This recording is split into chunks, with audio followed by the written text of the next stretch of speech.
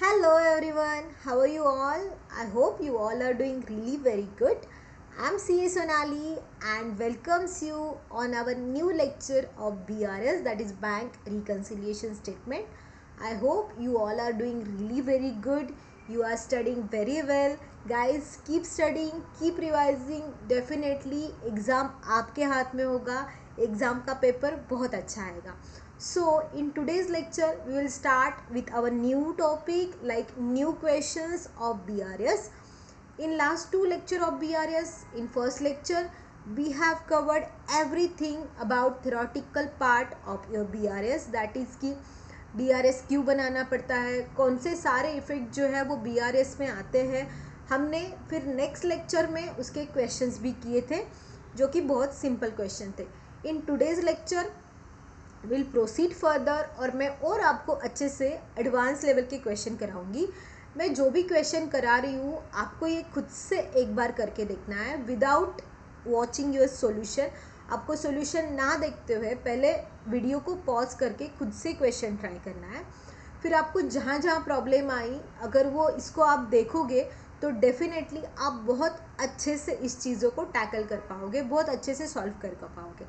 और जब भी आप रिवाइज करते हो नेक्स्ट डे इन चीज़ों को, जो चीज़ आपको थोड़ी सी डिफ़िकल्ट लगती है या जो चीज़ देखते ही उसका आंसर आपको आता नहीं है, उस चीज़ के लिए आपको क्या करना है, उसको नोट डाउन करना है. ओके, उसको नोट डाउन करके आपके बुक के लास्ट पेज पे लिख के रखना है, ताकि जब आप बाद में उसको रिवाइज करो या बाद में आप ये BRS वाला चैप्टर डिटेल रिविजन के लिए खोलोगे ना, तब जो है आपको कोई भी प्रॉब्लम नहीं आएगा. Okay, so in today's lecture what we'll do is we'll cover some illustrations from your ICAI study module. Guys आप ICAI का स्टडी मॉड्यूल ही फॉलो करना मैं बहुत रिकमेंड करूँगी, मैं रिक्वेस्ट करूँगी, क्योंकि मैं बहुत बार रिग्रेट करती हूँ कि मैंने एक टाइम था मेरा जब मैं ICAI के मॉड्यूल को हाथ नहीं लगाती थी. मेरे मॉड्यूल आते थे वैसे ही रह जाते थे, बट जब मैंने ICAI के मॉड्यूल फॉलो करना स्टार्ट कर दिए ना, you not believe on me, ultimately मुझे हर एग्ज़ाम में हर अटेम्प्ट में अकाउंट्स में 80+ मार्क्स थे. आई स्वेयर 80+ मार्क्स थे, चाहे वो फाइनल का FR हो, चाहे वो आपके अकाउंट्स हो, चाहे नॉर्मल अकाउंट हो, ग्रुप 1 का इंटर के ग्रुप 1 का अकाउंट हो, चाहे ग्रुप 2 का एडवांस अकाउंट हो. हर बार हर टाइम मैंने क्या किया है, ICAI के मॉड्यूल को फॉलो किया है. तो आप भी प्लीज़ मॉड्यूल को फॉलो करो, इसी में से क्वेश्चंस बनते हैं. 80% क्वेश्चन जो होते हैं आपके मॉड्यूल से ही बनते हैं. 20% क्वेश्चन क्या होता है, आपके RTP, MTP या PYQ इससे आते हैं. ठीक है, so let's start today's question. We are here to solve the question that is illustration number 3 from your ICAI study module. So हम देखते हैं illustration number क्या है, 3 क्या है. आप भी खोल दो आपके बुक्स में और हम इसको सॉल्व करने का जो है वो ट्राई करते हैं. Let's start. Okay, on 31st March 2022 the bank passbook of Namrata show the balance of ₹1,50,000. ये कौन सा बैलेंस है, ये बैंक का बैलेंस है. बैंक के इसमें बैंक के पासबुक का बैलेंस है. Okay, next. ओके, बैंक में उसने क्या बोला है, बैंक का क्रेडिट बैलेंस है.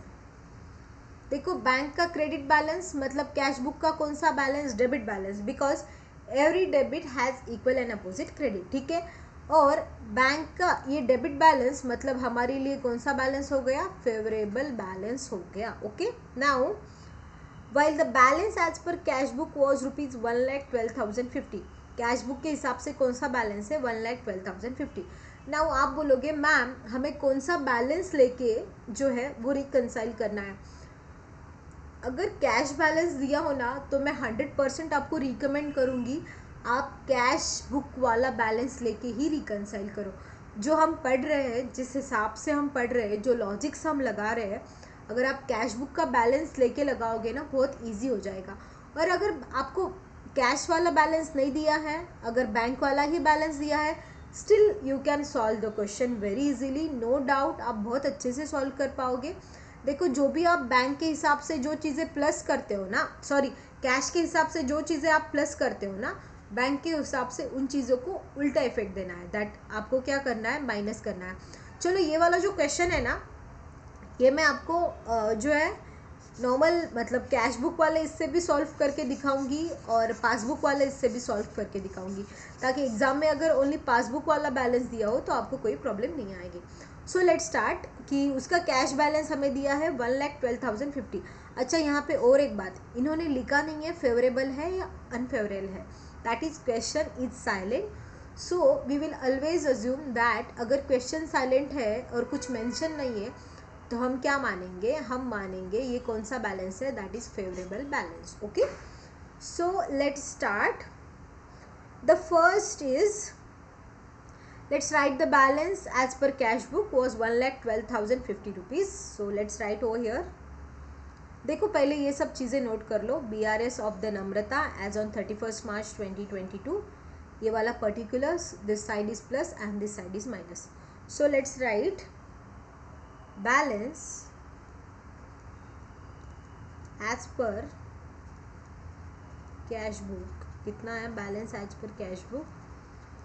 प्लस में है, मैंने आपको बताया था क्वेश्चन साइलेंट है इसीलिए फेवरेबल होगा, 1,12,050 rupees. Okay, now next,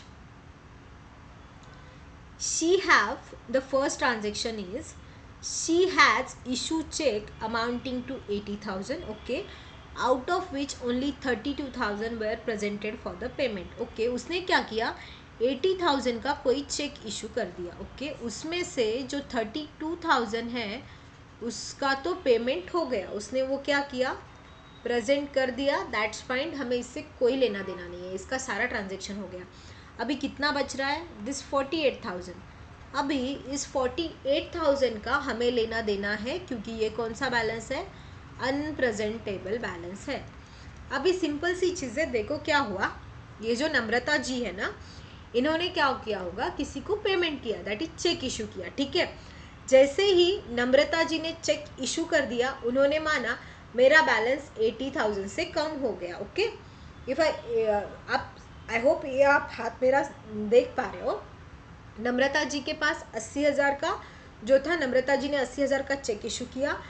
check issue करते हैं उन्होंने मान लिया मेरा 80,000 से बैलेंस कम हुआ, बट एक्चुअल में क्या हुआ ना, सामने वाले ने 32,000 का ही प्रेजेंट किया, बाकी 48,000 का उसने प्रेजेंट नहीं किया। Who is always right, bank is always right. तो हमें बैंक के लेवल तक आने के लिए क्या करना पड़ेगा, इसको प्लस करना पड़ेगा। तो ये 48,000 का इफेक्ट क्या होगा, ये 48,000 का जो इफेक्ट है वो जाएगा प्लस में। I hope you able to understand my logic. अगर आपको कोई भी डाउट हो या फिर अच्छा भी लग रहा हो तो please comment down on below. Okay, now next is, she received a check of rupees 5,000 which she recorded in her cash book but forget to deposit in the bank। now नम्रता जी को क्या हुआ, ये जो नम्रता जी है ना, इनको क्या हुआ, इनका बैलेंस सिमिलर था अपने बैंक का और अपने कैश का। ठीक है, इसको 5,000 का किसी ने पेमेंट कर दिया, कोई माल बेचा होगा नम्रता ने, तो 5,000 किसी ने दे दिए। अभी नम्रता ने क्या किया, एकदम जल्दी जल्दी में, एकदम गाय में, she was very happy, 5,000 rupees मिल गए, वाह वाह वाह। उसने क्या किया पता है, वो 5,000 रुपीज़ अपने कैश बुक में रिकॉर्ड कर दिया। देखो मेरा राइट हैंड साइड मेरा बैंक है और मेरा लेफ्ट हैंड साइड जो है मेरा कैश है, तो उसने क्या किया, 5,000 से अपना बैलेंस बढ़ा दिया। ओके, बट वो बैंक में डिपॉजिट करना भूल गई। ठीक है, तुम भूले हो, but who is always right, our bank, our mother is always right. तो हमें क्या करना पड़ेगा, ये बैलेंस को मैच करना पड़ेगा। ये बैलेंस को मैच करने के लिए क्या करना पड़ेगा, नीचे आना पड़ेगा।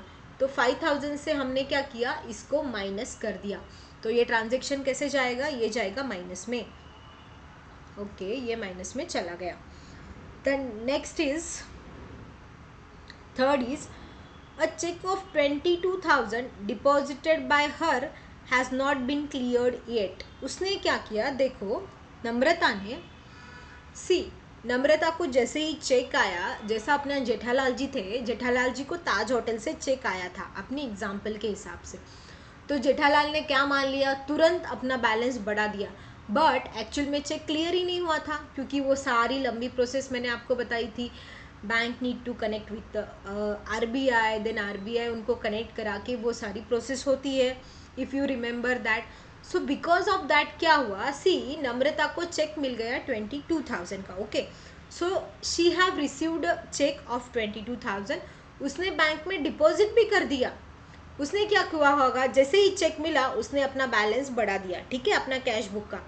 बट बैंक में अभी तक ये चेक क्लियर नहीं हुआ. Even if she presented it in the bank, but the cheque has not been cleared yet.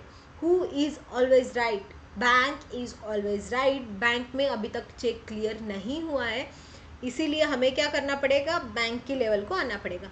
Bank की लेवल को आने के लिए हमें क्या करना पड़ेगा, माइनस करना पड़ेगा. So let's minus this also. Okay, next is Mr. Gupta deposited an amount of 15,700 in bank which was not recorded by her in cash book yet. जैसे मेरी फ्रेंड थी, जो अपना एग्जाम्पल था, मेरी फ्रेंड थी Surabhi. what Surbhi did, she gave me ₹100 on my bank and she have not informed me that Sonali, I have deposited ₹100 in your bank. Just like that, Mr. Gupta deposited amount of 15,700 in bank, but Namrata don't know that Mr. Gupta has deposited because bank have not informed to Namrata and Mr. Gupta also not informed to Namrata. So because of that क्या हुआ, see, bank ने तो अपना balance बढ़ा दिया, bank have increased their balance, but Namrata don't know, so her cash balance is lower. So to maintain or to go with the bank, what Namrata need to do, she need to plus this balance, so effect will be plus. I hope you are getting my point. हम यहाँ पे plus कर देंगे. Now bank has credited interest of 1,500. देखो, आपको interest को अगर समझ में नहीं आ रहा ना, इंटरेस्ट डेबिट होना मतलब क्या, क्रेडिट होना मतलब क्या, तो सिंपल इसका लॉजिक ले लो. देखो, बैंक ने क्रेडिट किया, सी बैंक हैव क्रेडिटेड, बैंक का क्रेडिट साइड मतलब हमारा क्या, डेबिट साइड. डेबिट साइड मतलब कौन सा बैलेंस, फेवरेबल बैलेंस. इसका मतलब क्या है, हमको पैसा मिला. ओके, सो यहाँ पे क्या हुआ, हमने कोई इन्वेस्टमेंट करी होगी या फिर कुछ भी चीज़ें हैं जिससे हमको इंटरेस्ट मिल रहा है, बट बैंक हमें इन्फॉर्म करना भूल गई. See, here is a bank and here is us our cash book. So bank को जैसे ही इंटरेस्ट मिला, बैंक ने क्या कर दिया, 1,500 से बैलेंस बढ़ा दिया, बट हमें तो पता नहीं है. So who is always right? Bank is always right. So we also need to maintain the bank's balance, or we also need to reconcile with the bank. So what we will do, we will plus this 1,500 as per our cash book or in our cash book. So हम इस interest को क्या करेंगे, इसको करेंगे हम plus, while charging 250 as a bank charges. अभी bank ने क्या किया, देखो यहाँ पे कैश बुक है, यहाँ पे हमारा बैंक बुक है. बैंक ने क्या किया, बैंक चार्जेस काट लिए, दैट इज़ बैंक ने 250 डिडक्ट कर लिया, बट हमें बताया ही नहीं, हमें इन्फॉर्म ही नहीं किया. हमें कब पता चला, जब बैंक का पासबुक हम रिकनसाइल करने बैठे. So what we wanted to do now, bank have deducted ₹250, we don't know that bank deducted this 50, so we need to maintain the balance with bank because who is always right, bank is always right. So we also need to minus this 250 rupees. So ये 250 rupees का effect क्या होगा, ये जाएंगे minus में. I hope you are getting me. If you have any kind of doubt, please without hesitating ask me in the comment section below. Now let's solve the question. हमने question तो solve कर दिया, अभी हम देखते हैं इसका जो है वो सही आता है या नहीं आता है. यहाँ पे आएगा प्लस चीज़ें और यहाँ पे नीचे जाएगी माइनस वाली चीज़ें. ओके, सो फर्स्ट क्या था, that she issue cheque amounting 80,000 out of which 32,000 were presented. तो जो अनप्रेजेंटेड थे वो हमें क्या करना था, प्लस में इफेक्ट देना था. तो हम यहाँ पे क्या लिखेंगे, cheque issue, please write over here that check issue but not yet presented.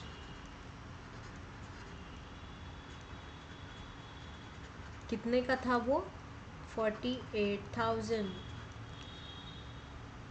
Next is she received a check of 5,000 which she record in her cash book but forget to record in a bank. So हमें क्या करना पड़ेगा, इसका effect देना पड़ेगा minus में। तो हम क्या देंगे यहाँ पे इफेक्ट, दैट की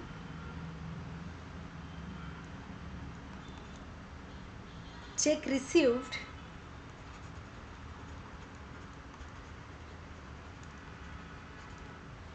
recorded in a cash book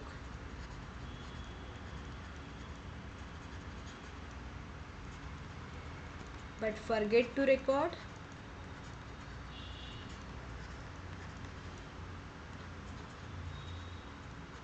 in a bank। Okay, कितने का था वो, ₹5000। Now next is okay, a cheque of 22,000 deposited by her has not yet clear. उसको जो चेक मिला था 20,000 का, 22,000 का, उसने डिपॉजिट किया बट बैंक ने इसका अभी तक क्लियरेंस नहीं दिया। तो इसका इफेक्ट क्या होगा, ये जाएगा माइनस में। तो हम क्या लिखेंगे, check deposited by her but not yet cleared. तो हम लिखेंगे चेक नॉट येट क्लियर्ड, ऐसा लिखते हैं ना, बेटर है। Check deposited but not yet cleared, check deposited but not yet cleared.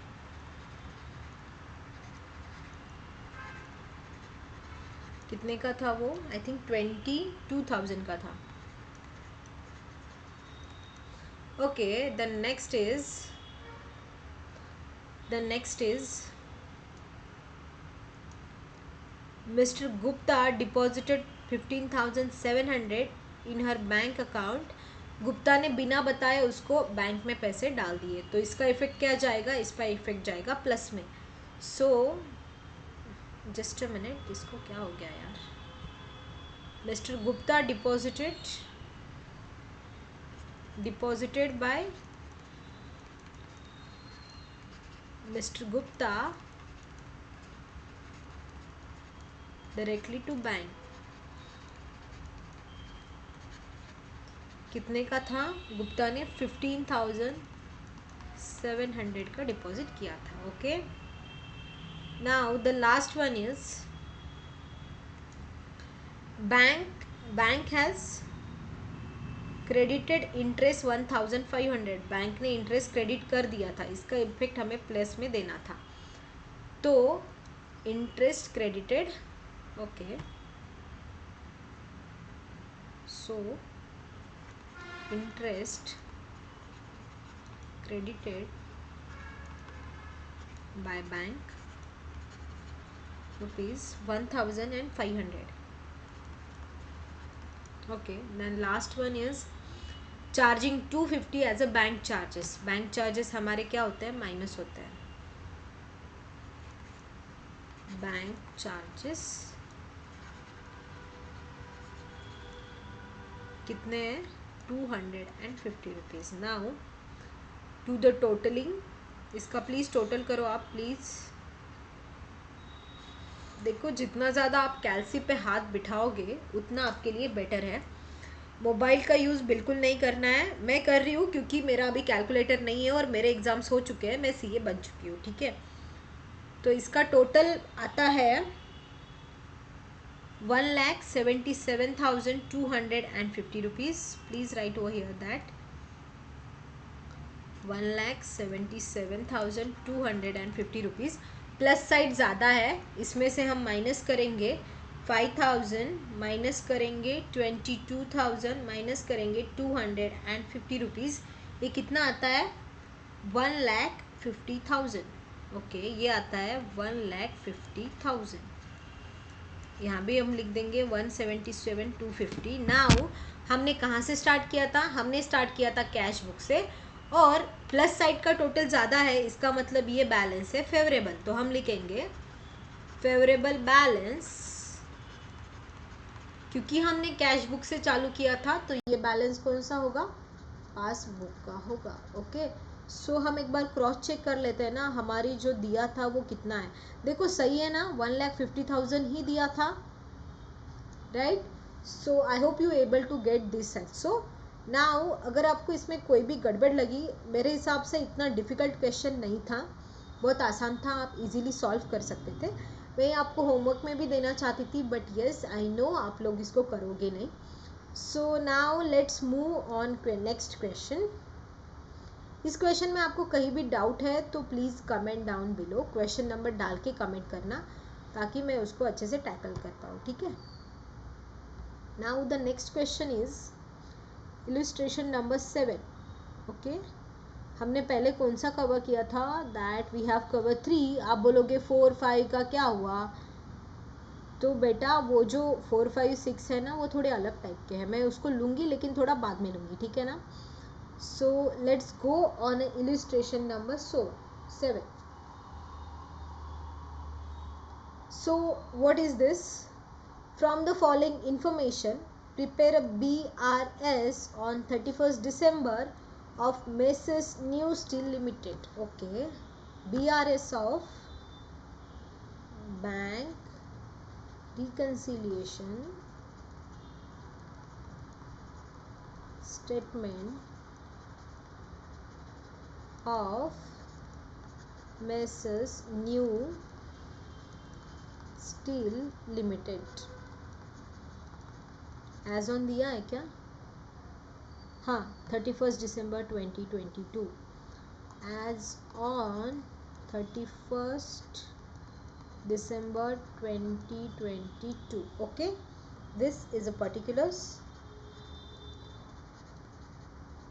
This side is a plus side, this side is a minus side. Okay, now let's move the questions. Bank overdraft as per cash book as on 31st December was 22,45,000. अब आप बोलोगे ma'am bank overdraft दिया है, इसका मतलब क्या ये bank का बैलेंस है? नहीं, उन्होंने एकदम क्लियरली लिख के दिया है bank overdraft as per cash book. देखो आपका कैश बुक है ना, 3 टाइप का कैश बुक होता है। एक होता है सिंगल कॉलम कैश बुक, दूसरा होता है डबल कॉलम, और तीसरा होता है ट्रिपल कॉलम। सो इस ट्रिपल कॉलम वाले कैश बुक में 3 टाइप्स ऑफ अकाउंट होते हैं। एक होता है कैश वाला कॉलम, दूसरा होता है डिस्काउंट वाला कॉलम, और तीसरा होता है बैंक वाला कॉलम। और वो किसकी बात कर रहा है? वो बात कर रहा है इस बैंक वाले कॉलम की। ये मैंने आपको बहुत बार बताया है कि जब भी बात होती है कैश बुक के हिसाब से बैंक बैलेंस, इसका मतलब आपके बैंक वाले कॉलम की वो बात करते हैं, ठीक है। सो जब भी आप कैश बुक की बात करें, कौन सा कॉलम की बात कर रहे हो? कैश बुक में जो बैंक वाला कॉलम होता है उसकी बात कर रहे हो। Okay, so now let's move the forward. That की बैंक ओवरड्राफ्ट एज पर, देखो बैंक ओवरड्राफ्ट मतलब कैसा balance?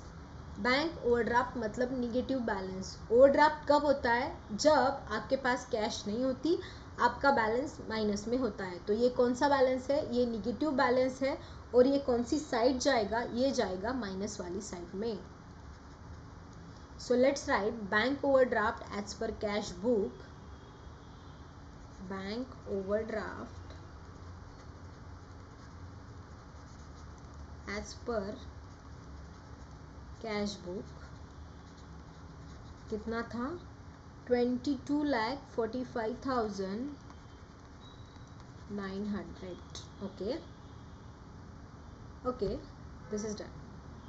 Next is interest debited by bank on 26 December but no advice received. देखो बैंक का डेबिट मतलब हमारा क्या मतलब? कैश बुक का क्रेडिट। कैश बुक का क्रेडिट मतलब कौन सा बैलेंस? मतलब निगेटिव बैलेंस। तो कभी भी आपको नहीं समझ में आता है तो मैंने ये ट्रिक आपको बताई है, आपको ऐसे जाना है। तो बैंक का डेबिट मतलब कैश बुक का क्रेडिट, मतलब इसमें क्या हुआ है?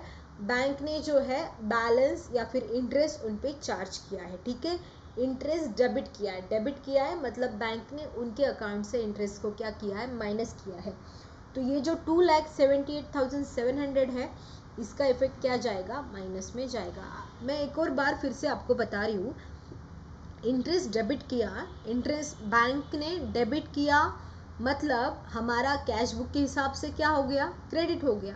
कैश बुक के हिसाब से क्रेडिट बैलेंस मतलब negative balance, unfavourable balance. So bank आप ऐसा भी समझ सकते हो, जब इंटरेस्ट क्रेडिट होता है बैंक से तो इट्स अ पॉजिटिव, जब डेबिट होता है इट्स नेगेटिव।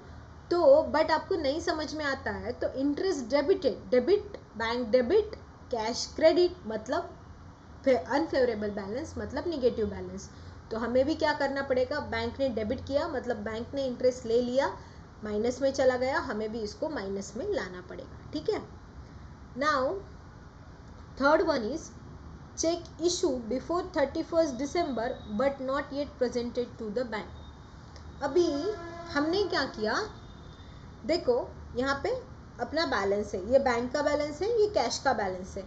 मैंने चेक इशू कर दिया, ठीक है, जो है ये क्या नाम है इनका, न्यू स्टील ने, न्यू स्टील ने क्या किया, चेक इशू कर दिया। किसी परचेस, कोई वेंडर होगा जिससे इन्होंने कुछ सामान परचेस किया होगा, इन्होंने चेक इशू कर दिया। मान लिया हमारा बैलेंस तो 6,60,000 से कम हो गया, बट सामने वाले ने बैंक के पास अभी तक प्रेजेंट ही नहीं किया, उसने अभी तक दिया ही नहीं। इसका मतलब क्या, मेरा बैंक बैलेंस तो कम हुआ ही नहीं।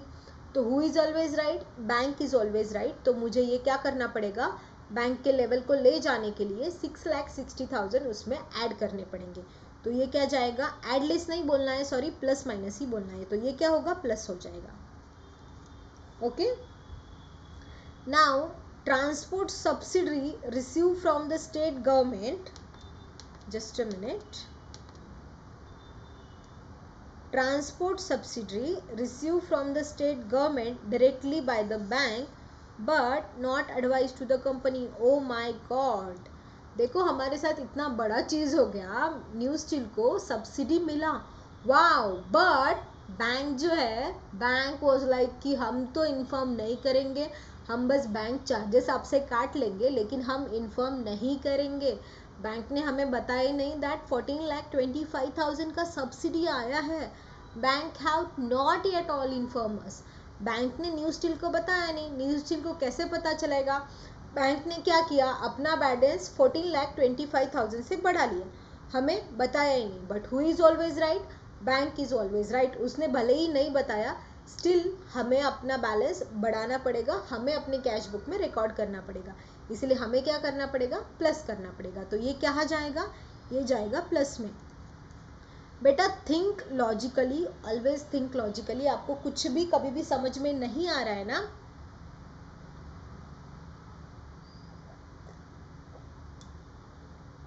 देखो आपको कभी भी समझ में नहीं आ रहा है, आप राइट साइड को बैंक मानना, लेफ्ट साइड को कैश बुक मानना और उस हिसाब से जो है वो इफेक्ट करना, ठीक है। Now the next one, what is next, draft deposited in the bank but not credit till 31st December। अभी क्या है, ड्राफ्ट डिपॉजिट किया, ड्राफ्ट डिपॉजिट किया, ड्राफ्ट डिपॉजिट मतलब चेक डिपॉजिट, ठीक है। आपने जो लिखा था ना कि check deposited but not yet clear को ऑब्लिक करके वहां पे ये लिखना कि check deposited but not yet cleared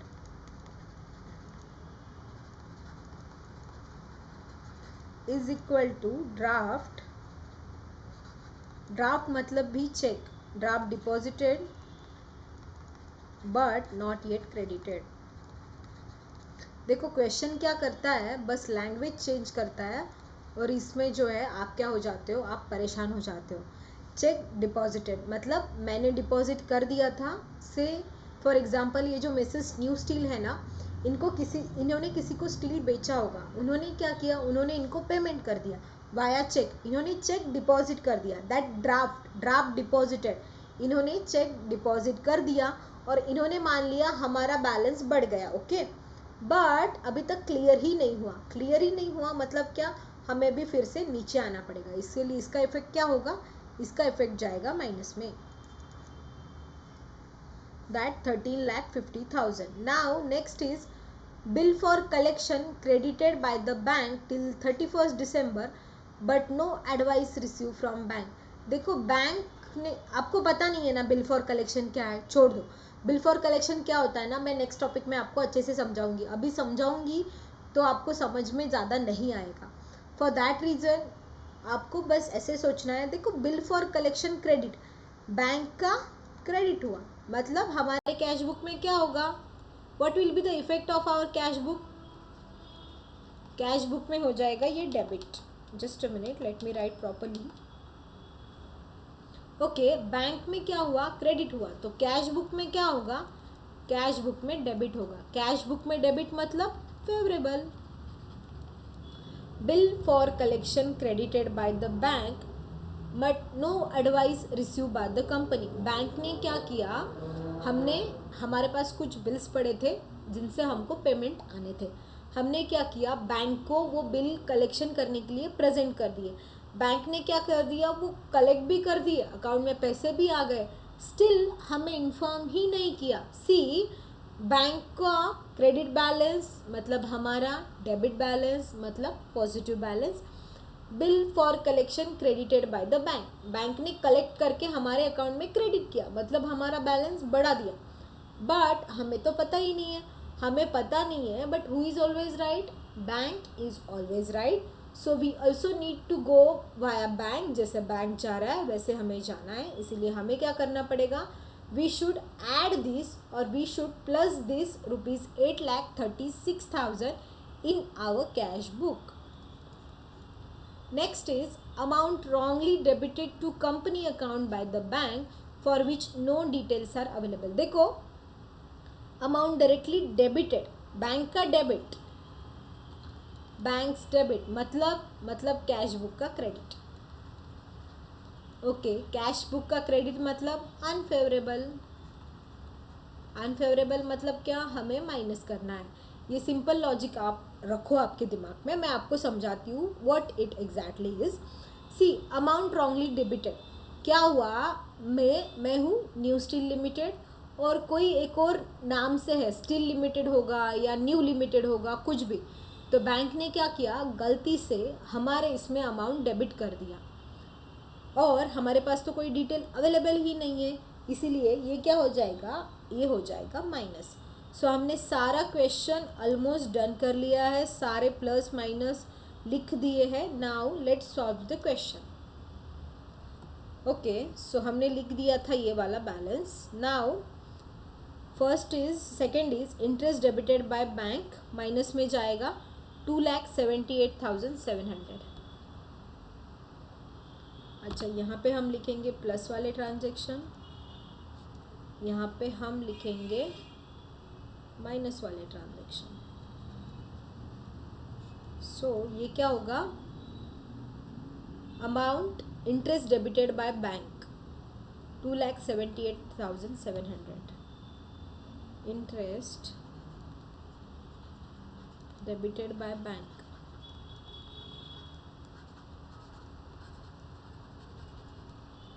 क्या होगा, 2,78,700। Okay, next is, what is next is check issue before 31st December but not yet presented to the bank। Cheque issue किया बट नॉट येट प्रेजेंटेड, अभी तक present नहीं हुआ, इसका effect क्या जाएगा, प्लस में जाएगा 6,60,000। So cheque issue issued but not yet presented,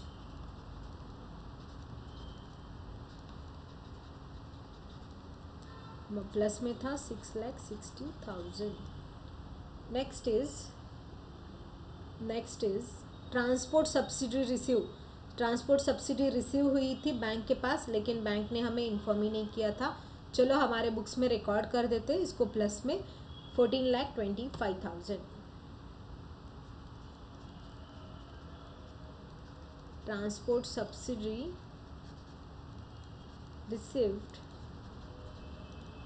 from government, कितना का था ये, 14,40,000, सॉरी 14,25,000। ओके, नेक्स्ट इज, ये ड्राफ्ट डिपॉजिटेड मतलब क्या था, आप प्लीज़ ये एक जगह नोट कर लो, that cheque deposited not yet clear, इसका ही मतलब होता है draft deposited but not yet credited. ठीक है, तो इफेक्ट जाता है माइनस में। दैट यही लैंग्वेज हम लिखेंगे जो क्वेश्चन में दी है। Draft deposited in bank but not yet credited ₹13,50,000. So let's write draft deposited in a bank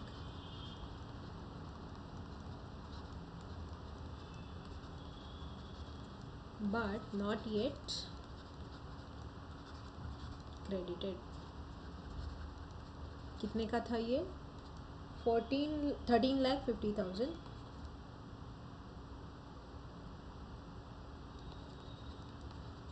Let me confirm the amount once. ये 13,50,000 ही है. Alright. Bills for collection credited by bank but no advice received by company 8,36,000 plus में जाएगा. Bill for collection credited in a bank. Okay. So where is my cursor? Yeah. Right. Bill for collection credited in a bank. कितने का था वो? 14,25,000. Sorry, 8,36,000. Okay. And the last one is amount wrongly debited by company by account by bank which was no details are available. कितने का था वो? 7,40,000 minus में. Okay, यहाँ पे लिख दीजिए amount wrongly debited by bank. Amount wrongly debited by bank. कितने का है ये? That is for ₹7,40,000. Okay, now सारे ट्रांजेक्शन खत्म हो गए. एक बार टोटल कर देना प्लीज़. Use your calculator. आपका कैलकुलेटर पे हाथ बैठना बहुत ज़्यादा ज़रूरी है. कौन सा बैलेंस ज़्यादा है? आई थिंक माइनस साइड का बैलेंस जो है वो ज़्यादा है. एक बार प्लीज़ टोटल करो. 22,45,900 प्लस 2,78,700 प्लस 13,50,000 प्लस 7,40,000. कितना आ रहा है ये? आ रहा है कुछ 46,14,600. 46,14,600. इसमें से माइनस करो. -6,60,000 minus 14,25,000 minus 8,36,000. Okay, how much it is? It coming is 16,93,600. 16,93,600. सी हमने कहाँ से स्टार्ट किया था? हमने स्टार्ट किया था कैश बुक से. एंडिंग कहाँ पे होगी? पासबुक पे. देखो माइनस साइड का बैलेंस ज़्यादा है. इसका मतलब कौन सा बैलेंस है? अनफेवरेबल है. तो हम यहाँ पे लिखेंगे अनफेवरेबल बैलेंस